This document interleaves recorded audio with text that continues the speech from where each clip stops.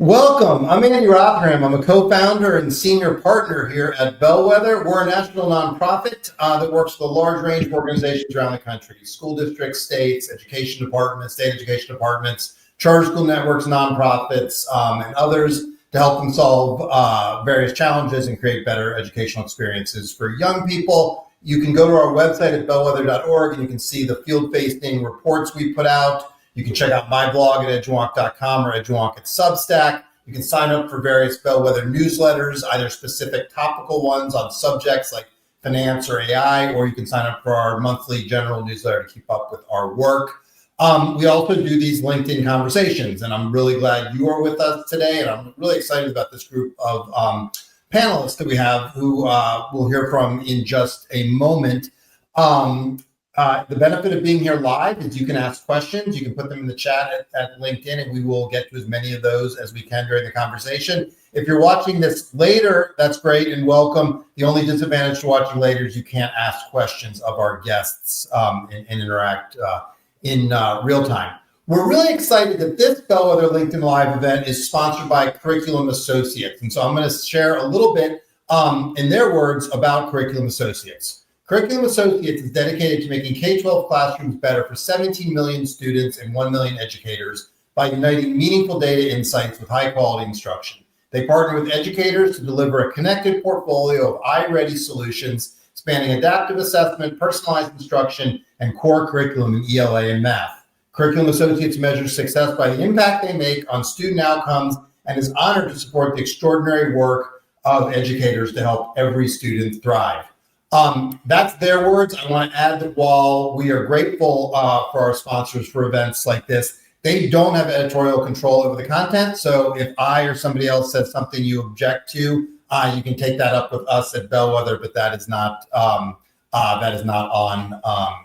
Curriculum Associates or any of our other sponsors. I think that's all the housekeeping to get to. So let's jump in. We have just a fantastic panel. I will very briefly introduce them, but you'll hear about them as we go. Katie Jenner is the state superintendent in Indiana. She's widely regarded as a national leader on education because of the work she's doing there on education reform, her profile, and again, I'll repeat myself, but her not only state leadership, but national leadership. Patricia Levesque runs Excel in Ed, which is a preeminent education reform organization, which, despite the twists and turns in the education sector, has remained committed to high expectations for students, real accountability, and expanding choice and options. Patricia is sort of a go-to. She's sort of she's the Kaiser Sose of state education reform. She's an absolute go-to for states and is very plugged into what's happening at the state level and supporting and leading that work. David Cleary.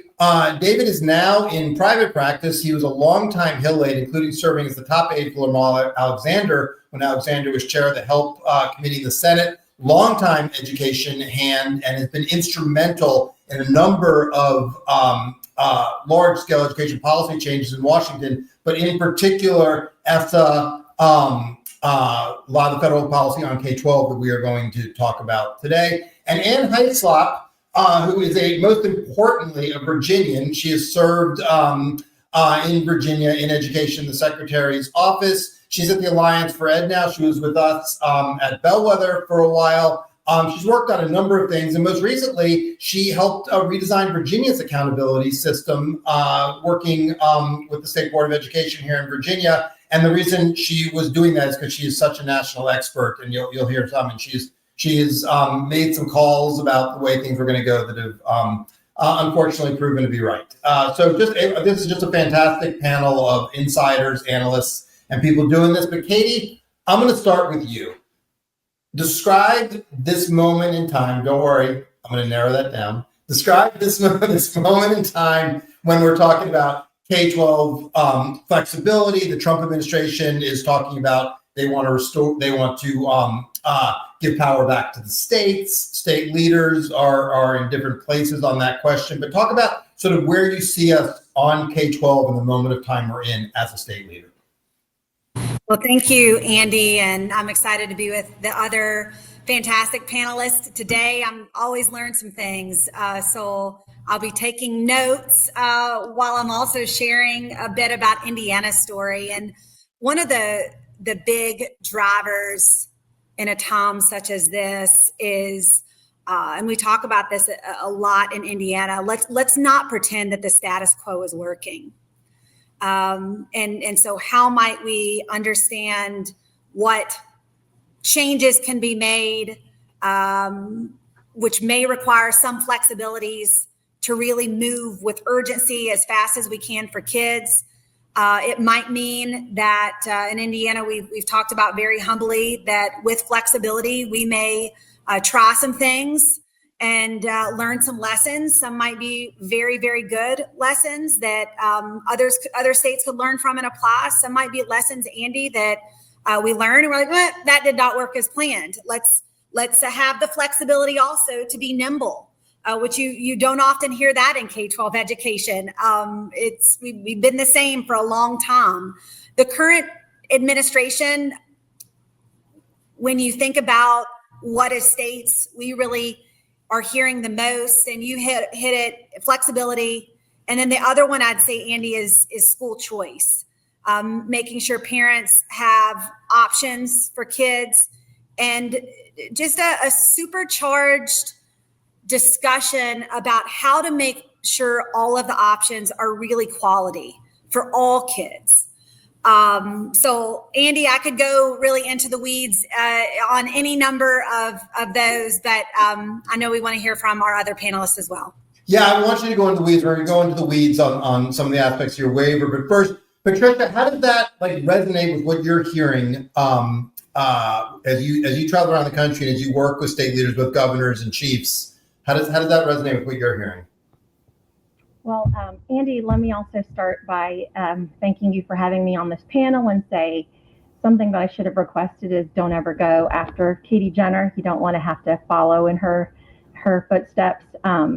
I do want to say, so Excel and Ed does work with a number of state chiefs. We've had discussions with them, with Katie, with other state chiefs, and they are fairly clear on what they do want to see happen and what they don't want to see happen. They had to learn a lot through Lindsay Fryer, who's our federal contractor, on what exactly USAID could waive and what requires congressional action. So a couple of the things that they do want to see happen, they do want to see USAID protect assessment and accountability, not provide blanket waivers of these important provisions. They don't want waivers for states to use multiple choice, numbers of assessments, or substitute less rigorous measures like an ACT work keys in lieu of the ACT if the state was using that. In fact, I've had quite a few of them say they don't want flexibility if it means the federal backstops are going to go away. And that's because they would have to spend all of their political capital and energy on trying to maintain assessment and accountability in their state and not be able to focus on more innovative things or foundational things that they need to improve on. If Congress should act, they do want to have greater flexibility over certain funds. Some want greater authority to direct their districts to do certain activities. Some want greater authority on what the set aside is of the state's administrative share of funds. Even those state chiefs that are very interested in block grants don't want everything to be block granted, right? They want IDEA funding to be separate, to be fully funded. They want to protect the charter school program funding.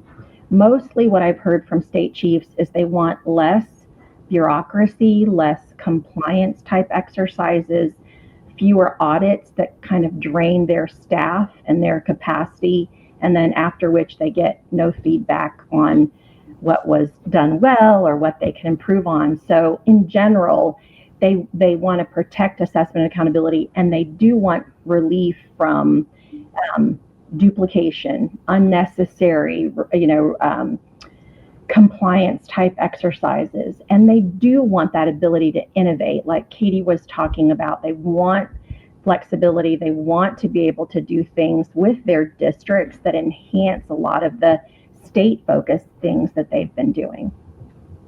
David, I know you have a lot of states talking to you. So what would you add to that? And also, I mean, you're probably the best qualified on this call, given your deep Hill experience. Patricia mentioned the idea of when Congress acts, which that's an interesting question, because I think the government's been closed as we record this for like 14 days. So Congress acting is an interesting construct to discuss. But what do you see in terms of any potential congressional action? And what are you hearing from states that are coming to you? Because I know you get a lot of questions about, hey, what might we be able to do or not be able to do? Sure, yeah. And let me just echo thank you for the opportunity to talk to you and these wonderful panelists.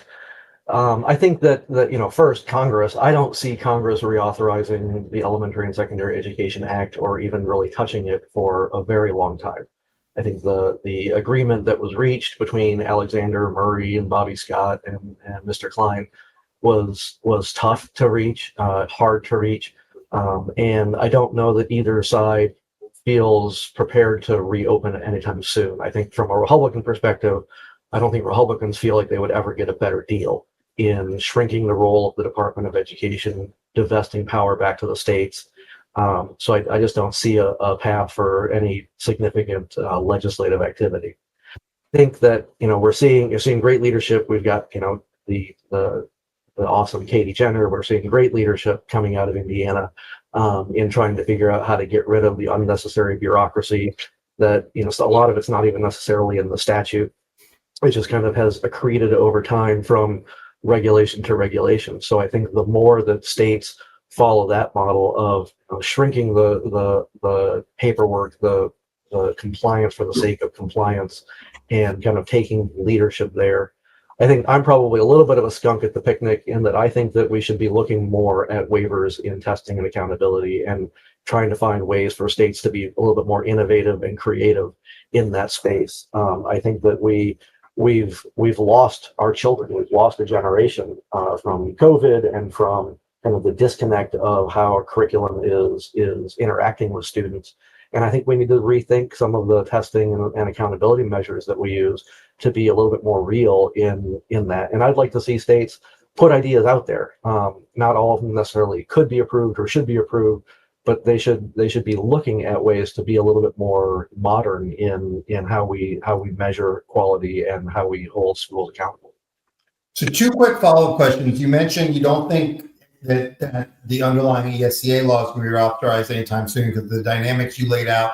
People were saying that about higher ed, and then you sort of had almost like a stealth HEA reauthorization of the higher education, number of higher education laws as part of the reconciliation bill. Do you see any potential here where something's moving and you end up getting policy through a different, on K-12, through a different mechanism than a traditional reauthorization package?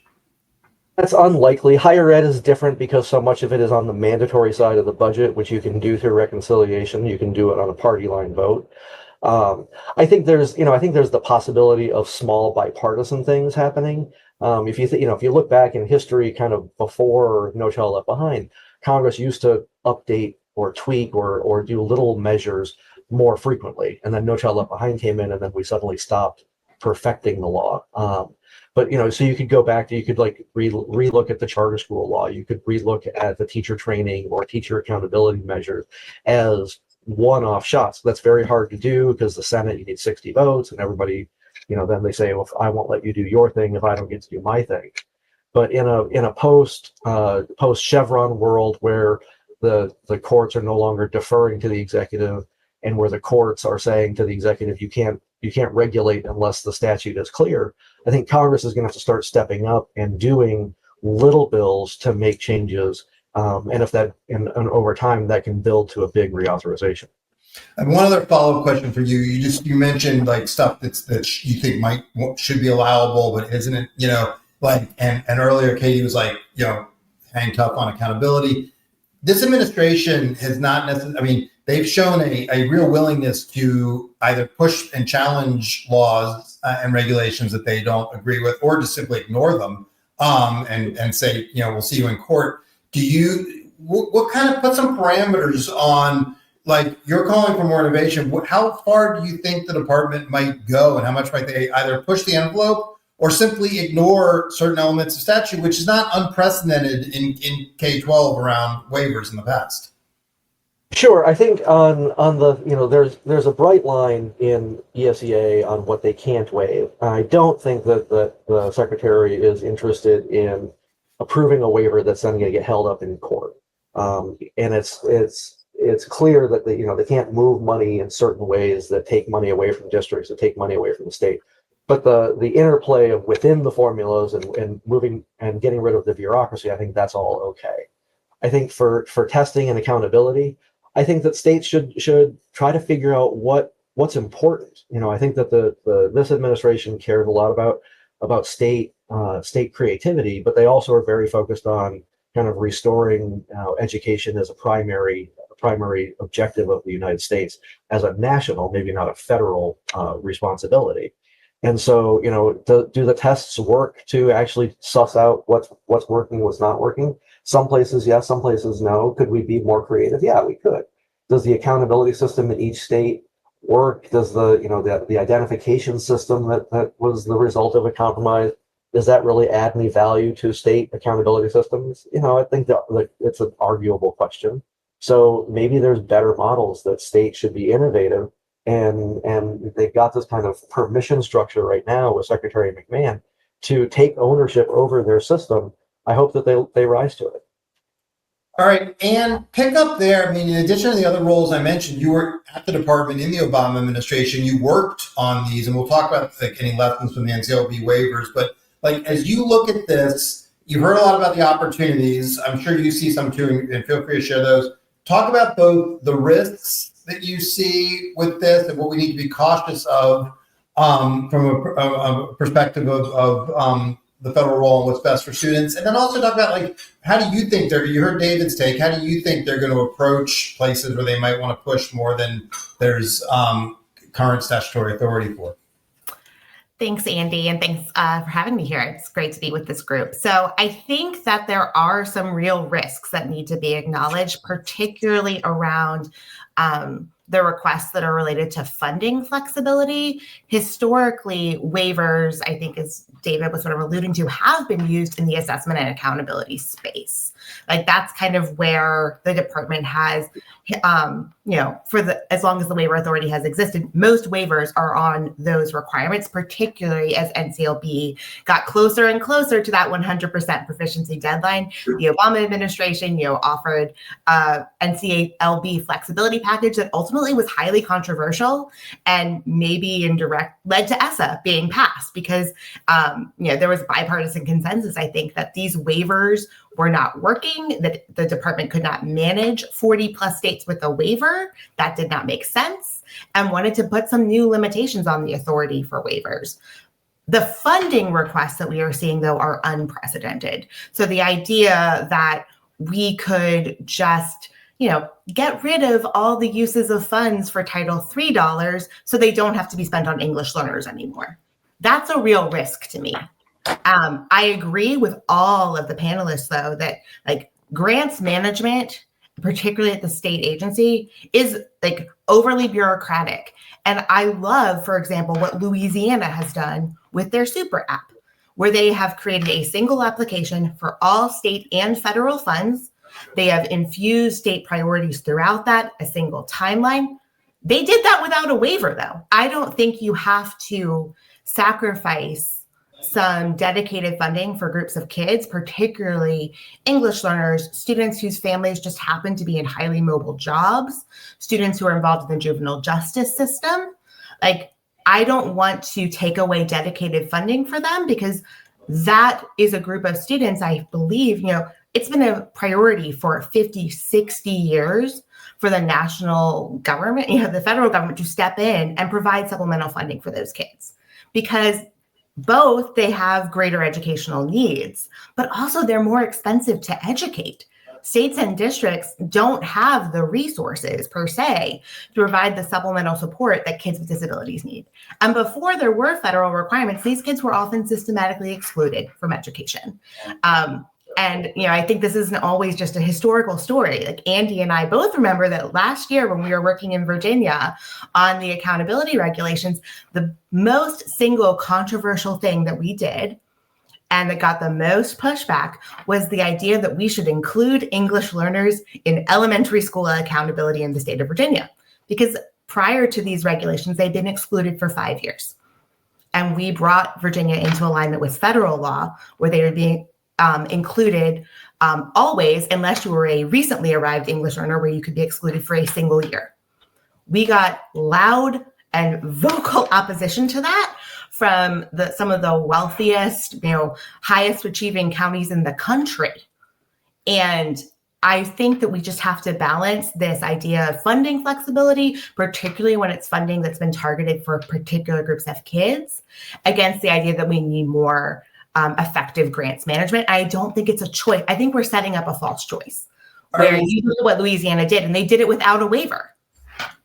So before we get to some of the specifics of what Indiana wants to do, let's stay on this point, because the basic theory of action is, okay, if you give more flexibility in how you spend the money to the people closest to the action, but we're going to have this accountability. And you heard, in different ways, David talked about it. It should be national, not federal. Katie talked about, and Patricia, states want that backstop. They want that accountability. So that's the theory of action. So this is a question to all of you. Like, Anne is saying that if you let some of this funding get blended, even in that environment of accountability, these kids won't be served.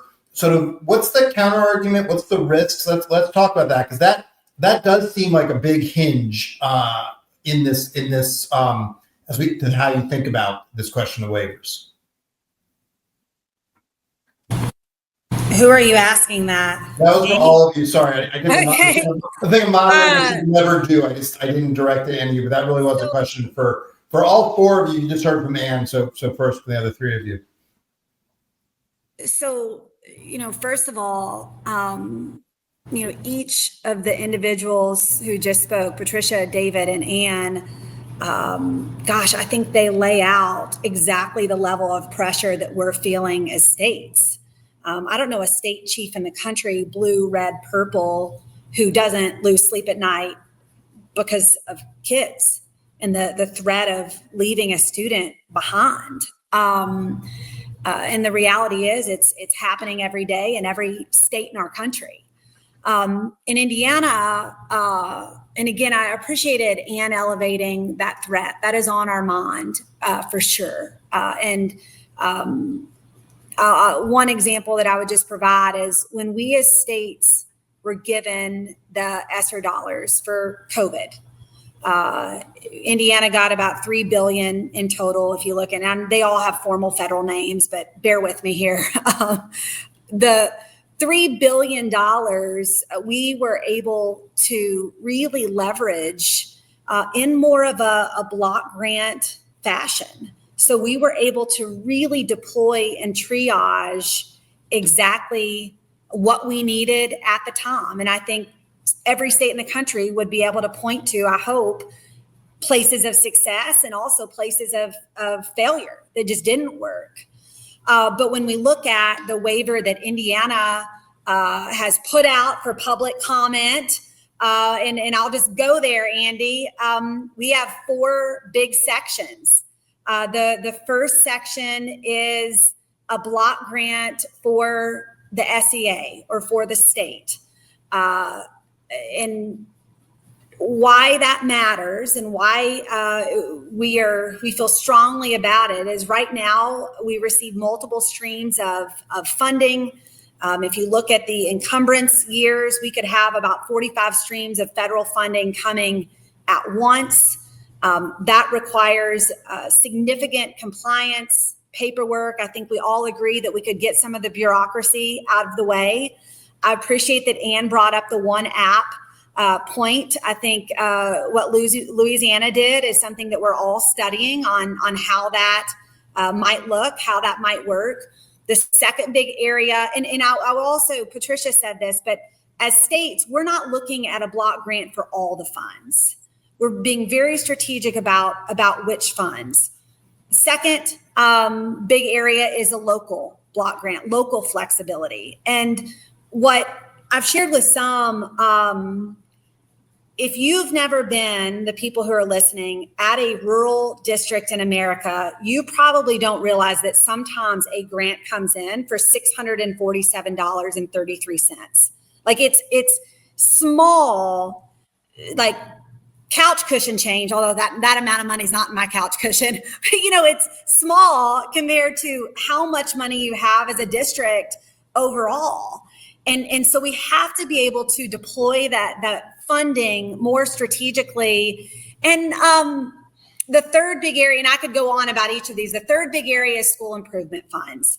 We just do not believe school improvement funds have worked in our state. And so how might we leverage the school of choice environment that we have in Indiana and really support a child and a parent and family? If they have been in a school that has 4% of students passing ELA and math over a long term, and we're not moving the needle, even with school improvement dollars, that's unacceptable. So ensuring that the student, and we'd like the money to really follow the student in that case, to support the child there. The fourth big area is accountability. And just, again, we're interested in one shared model, federal and state. I would also flag just really quickly what Patricia said about assessment and accountability and what David said about innovation within. That is one of the trickiest conversations that is happening behind the scenes with state chiefs. Not every state chief believes in assessment and accountability, first of all. I am one who absolutely does. All of you on this call probably also know, I also think. Hey, I don't want to put you on the spot, but when you say that, that's not really, as I understand it, that's not really a partisan dynamic. You can find people who do and don't inside.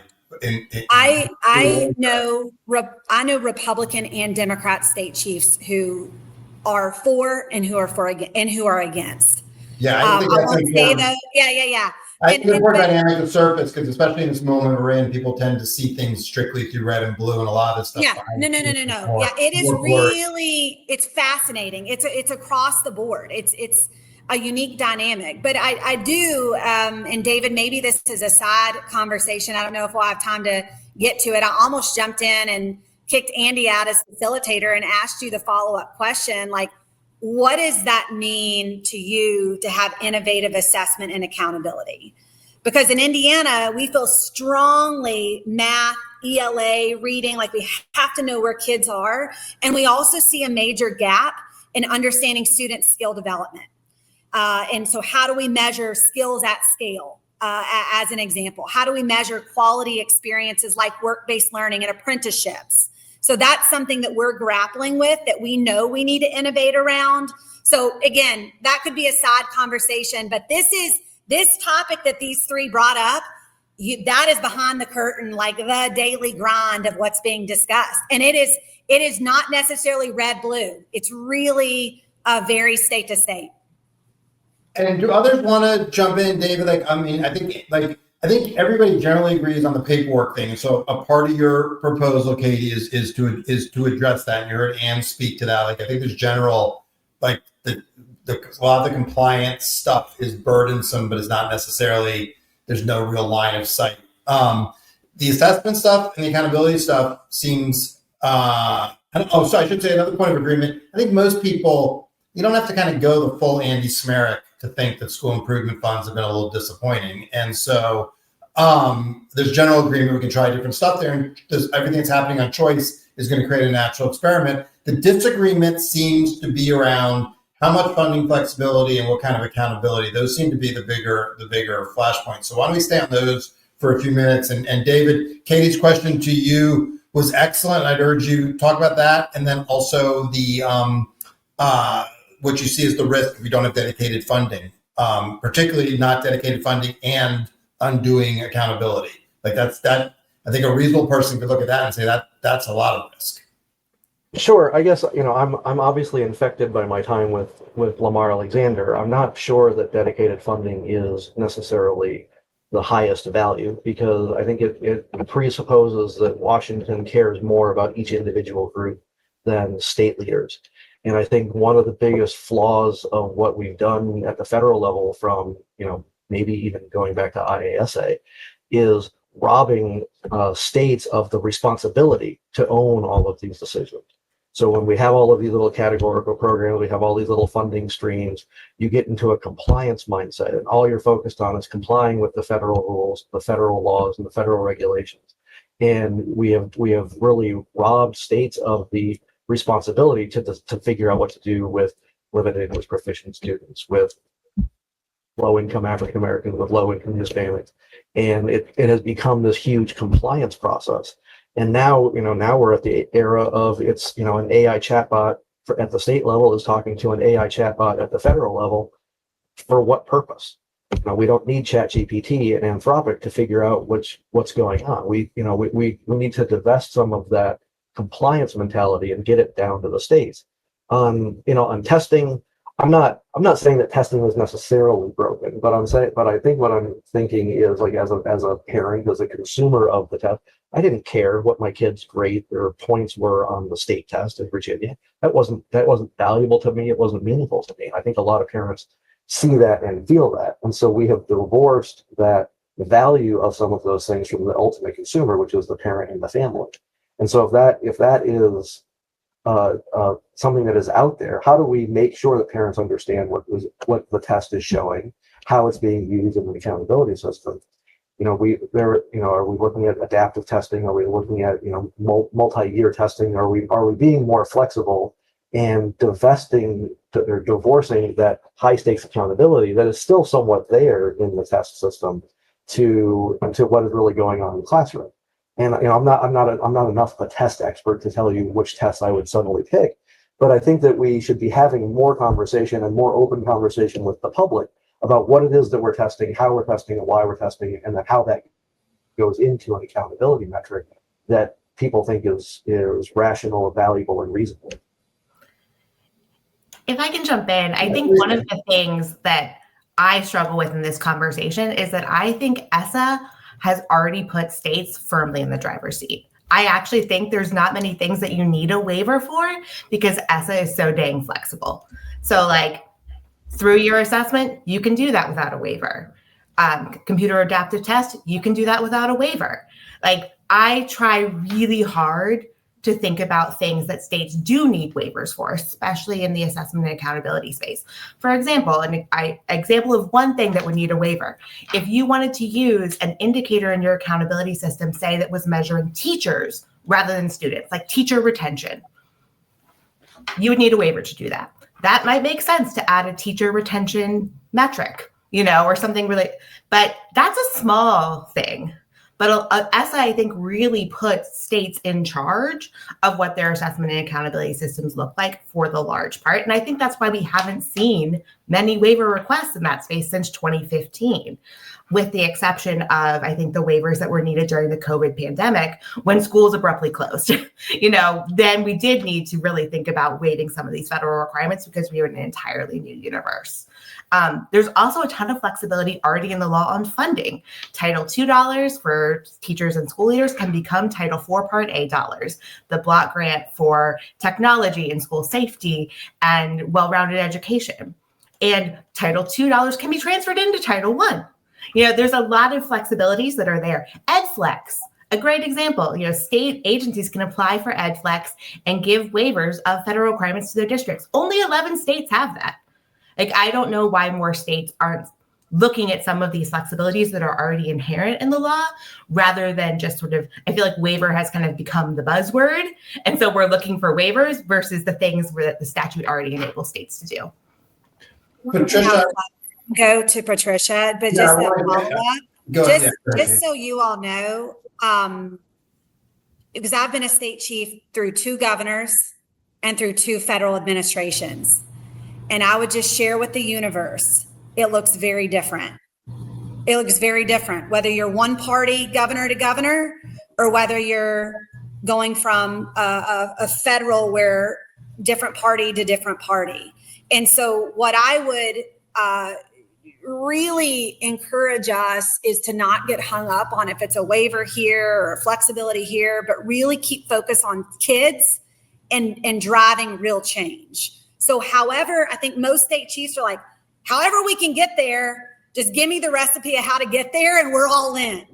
So I just wanted to flag that because that is a real challenge that we face. Sorry, Patricia, for interrupting. Yeah, Patricia, I want to hear from you real briefly, housekeeping. If you're joining us late, this webinar is sponsored by Curriculum Associates. I'd urge you to go to their website and learn more about what they're up to. They're not responsible for the editorial content, obviously, but we're very grateful for them for their support so we can bring conversations like this to the sector and have conversations like this. If you want to be part of the conversation, if you're watching live, you can put your questions in the chat. I see there's a few there, and we'll get to those. But the benefit of listening live rather than later is you can engage, interact, to get those questions in there. Patricia, over to you. There's been a lot. I want to hear your response, and then also just I think a mistake we can make is we've got some fantastic state chiefs in this country, red and blue, but not every state chief is sort of we tend to gravitate towards some of the household names you hear again and again. And so how should we think about this, not just in terms of, we all trust Katie Jenner, and what she's doing, but we need to be thinking systemically here in terms of large SEAs run by a variety of different people. So respond to what we've heard here on the flexibility, what you're hearing, and also this question of sort of, varied state capacity. Right. Well, there are a lot of things to unpack. One, I just wanted to first of all, acknowledge everybody on this call is very passionate, and I think we're all passionate about making sure that kids get a quality education. And so what is that best balance between state and federal role and responsibility and strings and flexibility and all of that? What I wanted to say about assessment is it is so fundamentally important to measure what you care about, which is kids reading and are they making progress in math. And probably all of us on this call, if we have children, maybe the state test wasn't something that, oh my gosh, we were diving into every detail about it, but our kids are probably doing well. It is for the parents whose children are struggling that if there wasn't an assessment and if there wasn't a requirement for kids who are scoring below a certain area, that there were interventions and resources and supports, we would have a big problem. So my general commentary on our assessments and accountability important is that absolutely they are. The assessment is really a system check. It is, where are there schools where the vast majority of kids are consistently struggling, are consistently not getting what they need. And so those assessments and the school accountability system is there to identify so states and districts can figure out, what do we need to do? How do we need to intervene? And I do think that is a really important function and feature to have. I want to shift also to the really important, federal requirements or responsibilities for Title 2, 3, 4, 5, and I'm just going to prove to you that I'm not a federal expert and that I rely on, someone like Lindsay Fryer to help me with this stuff, is that everything that Anne said that was brilliant and that had all kinds of acronyms and subpart 2, 3, paragraph 4, transferring into whatever, and this flexibility that's been out there forever. I've been working in education policy for 28 years, yes, primarily at the state level. And Katie Jenner is probably one of the longest serving state chiefs that we have right now, because there is so much turnover, not just at the state chief level, but in their deputy secretaries. And so for anyone to imagine that these state chiefs are so well versed on all of this minutia that everyone in Washington, D.C. seems to know like the back of their hand, it's not so. It is just not so. It is very difficult. It does not translate easily. I love what Louisiana did with the Super App or the One App, but it took hundreds of thousands of dollars and 2 years for a state to have to figure out how to develop some system to make it easier for school districts not to have to do 30 different applications for funding. And Katie gave the example of a rural district that got $647 or whatever for one of those federal lines. Well, think about when it gets translated to a particular school or a system where they're trying to have to navigate all the hurdles. It becomes a lot. And so I would just say, I think that there is an appropriate balance. The guardrails, here's what I think, the guardrails should stay. There should be assessment and accountability systems so that, because you recognize there are some state chiefs that are like Katie Jenner, there are some that are not. There are some that want to get rid of all assessment and accountability. They want to lower the bar. They want to wave their magic wand and magically have 20 to 50% more of their kids showing up as reading or doing math on grade level. So how do we insulate and protect from that, but yet the Katie Jenners of the world or the Carrie Wrights, or like you could name these really incredibly strong state chiefs, how do we let them thrive and innovate? I think you have to have a federal backstop on assessment and accountability, and that there should be requirements for states to intervene when there are critically low performing schools. What I also think should happen, and I'm probably jumping ahead here, Andy, is what would be my ideal? Like when I worked for Governor Bush in Florida, Florida was not one of the states that lowered the bar on cut scores, that lowered the bar on how schools were held accountable. And we saw incredible progress, right? Under Governor Bush, I think fourth graders in reading moved up 2 full grade levels in reading and 3.5 grade levels in math. What I would have loved to have seen is that Congress would have provided real incentives. Like, you're moving student outcomes, you're actually moving student outcomes, here's your incentive funding for that. If Florida would have been rewarded for actually moving outcomes, it would have helped protect, it would have helped give kind of a seal of approval. Yes, we were going in the right direction. And maybe how Florida went about making those improvements would have been very different than another state. But if they were improving outcomes, then give them an incentive. I think what we've had with federal law, we've had tight on outcomes, loose on means. We've had federal grant funding that was very specific. You have to do these inputs, you have to do these specific activities. We've had federal grants with lots of strings attached. And all of them have had mixed results if you look state by state. And that's because some states focus on what matters and on how to help the most struggling students and how to achieve strong outcomes. And some states lower the bar, or they focus on activities that don't produce outcomes. And because you can't and you wouldn't want the federal government controlling and micromanaging every different aspect, my novel idea is let states focus on the things that they've identified as being important and reward the ones that actually move the needle on student achievement, whether that's all student achievement or whether that's just low-income students or students with special needs. Reward that, because Florida would have gotten incentives. Mississippi should be receiving incentives for the moving the needle on reading. Indiana should be receiving incentives. States that are not moving outcomes should get nothing. If they're not moving outcomes, they shouldn't get anything. And I think from the incentive funding, right? I'm not, please no.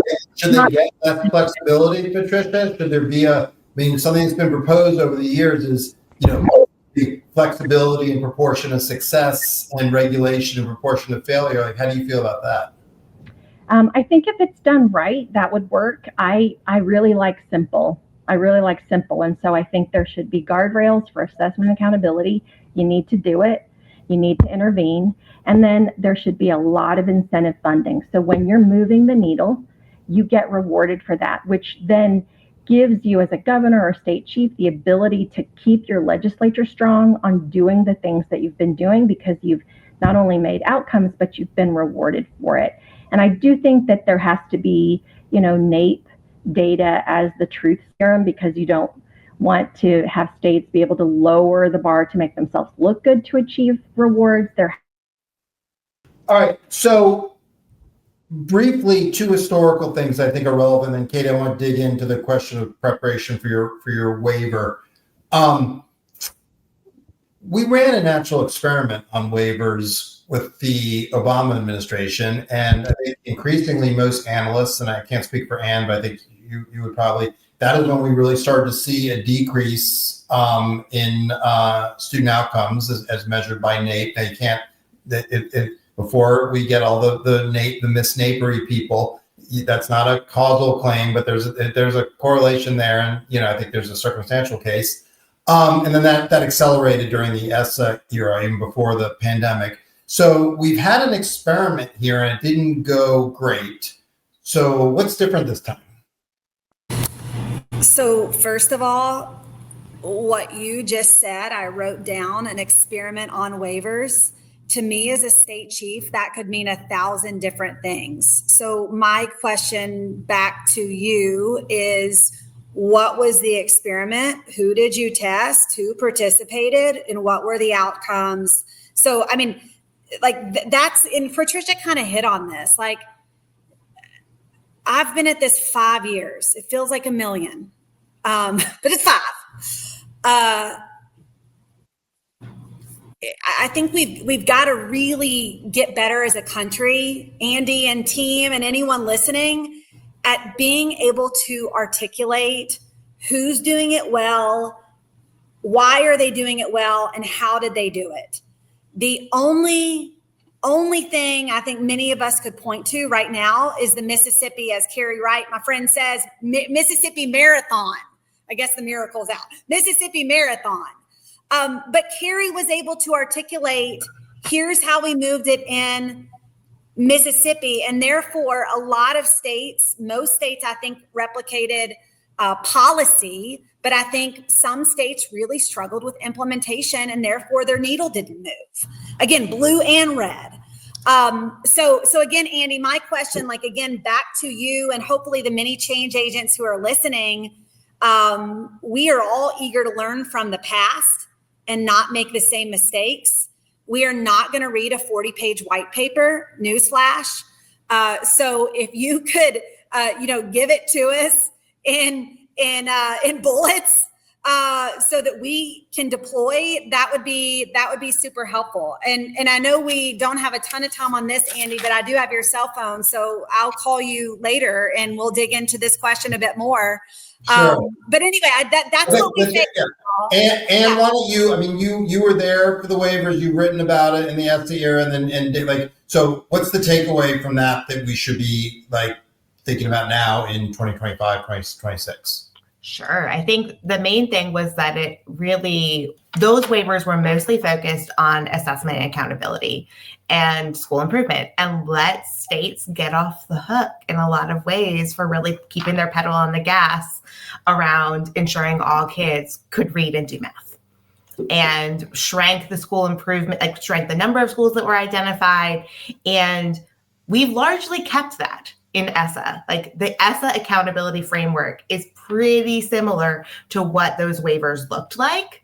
And I mean, I think Miss Napery aside, we haven't necessarily seen, outside of a few state examples, a lot of gains in reading and math. The trends around our lowest performing students performing worse, that started in 2012 and it's continuing through to today.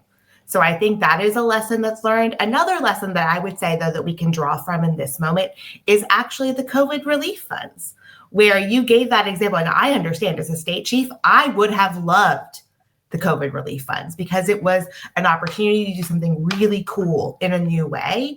But I also remember a year ago, I was seeing a lot of articles about how states and districts wasted those dollars. Yeah, hold that thought. We'll get. So I think that's another piece here too, is that when used right and used well, a flexible type of funding structure can be done really great and can have some good impacts. But there are also risks, I think, of those who don't have a vision for the funds, where there aren't enough sort of structure to that. There's not enough reporting. There's not enough guidelines that you can really see not the outcomes we would have liked, Okay, David, you were an architect of ESSA. You were there for the waivers. So briefly tell us why that's not a good comparison point for how we should think about policy now.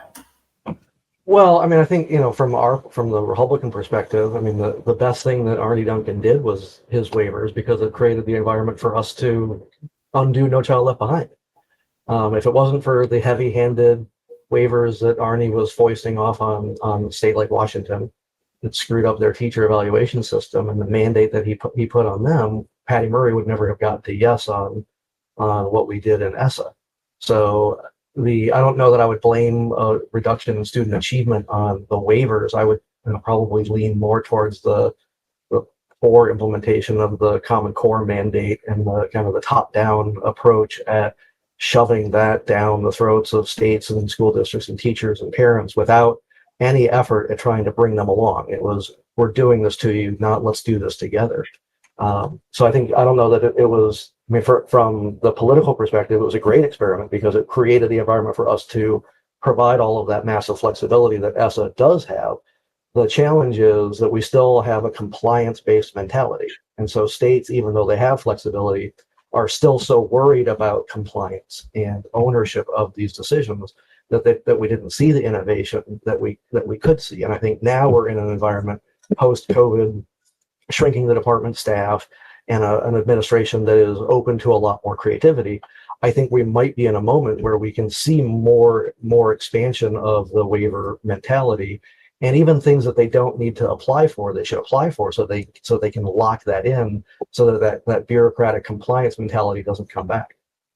All right, the same question. Can I answer. Same question. Okay, Go ahead. Ann and David did a nice level set. So a couple things. Someone actually, I guess who's listening, texted me and said, this is a prime example how DC is out of touch with the states. I just want to lay that on the table, friends, because again, everyone who's taking the time to listen to this call cares about kids and wants to move the needle for kids. I study and read this stuff as much as anyone, and my team's better than I am about giving me information. There's so much that we don't know that we can't keep up with that's in the swirl constantly. So I just want to lay that down. Second thing is, I've said it before, I'm going to reiterate. Indiana is absolutely going to continue doing assessment. We have a through-year assessment, checkpoints. It's been very helpful. We have a reading assessment that we now are doing in second grade as well to give parents and families and teachers an on-track indicator. We're trying to be innovative in our own space in the assessment area.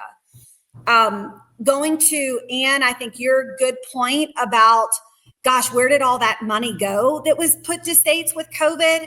I just want to flag, and I've publicly shared this. We had some successes and we learned some lessons with that money, how it was block granted. Successes, our reading scores jumped. In specifically, the nation went down in NAEP, Indiana went up, but we're most excited about our most recent data in our reading test. We jumped 5%. We invested a lot in reading. But we looked at our return on investment for each. So the Cary Wright model, the Mississippi Marathon model worked in Indiana. We also invested about 13 to 15 million in another model, you all. It failed. It moved the needle 0.1. We stopped investing in that and deployed the money elsewhere. I don't think we're doing that enough. I'll be honest with you. I don't think we're doing that enough as states and as a country. And then the other thing I would flag, which is not measured, this goes back to David's point about innovation. Another thing that I will flag that was not measured in reading and math scores, which are very important, but it's what's happening at our high schools across our country. And so we launched with that federal money about $50 million to launch the 3E grant, employment, enrollment, enlistment, to help plant the seeds around Indiana that has now absolutely laid the foundation for us to totally rethink high school. We had the synergy and momentum, and that was foundational.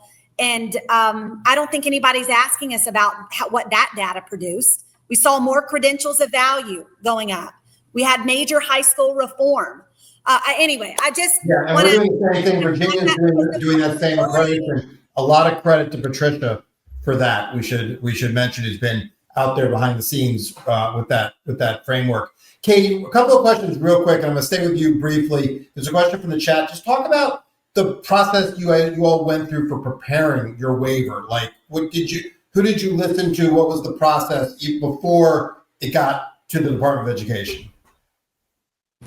Yeah. So, number one, we started with Hoosiers, a lot of focus groups, a lot of listening. What is our end goal in Indiana? What are the outcomes we're shooting for? And what barriers are in the way? Then from there, we started trying to connect with a lot of national groups. A couple of them are on this call today, who we reached out to just get feedback, ideas. And I know we have a meeting coming up, I think, with your team.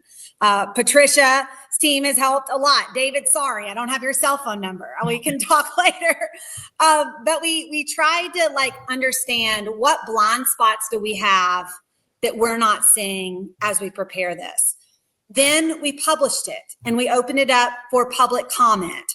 That period was probably August, early September in Indiana, where we opened it up, gathered public feedback. Now we're working through that public feedback. We're meeting with additional partners, and we will, as I've shared publicly multiple times, we will be submitting a waiver. To your point earlier, Andy, and I think, again, a lot keeps me up at night. But another thing that keeps me up at night is I think every state is at a different point of readiness. I will flag that. I will acknowledge that.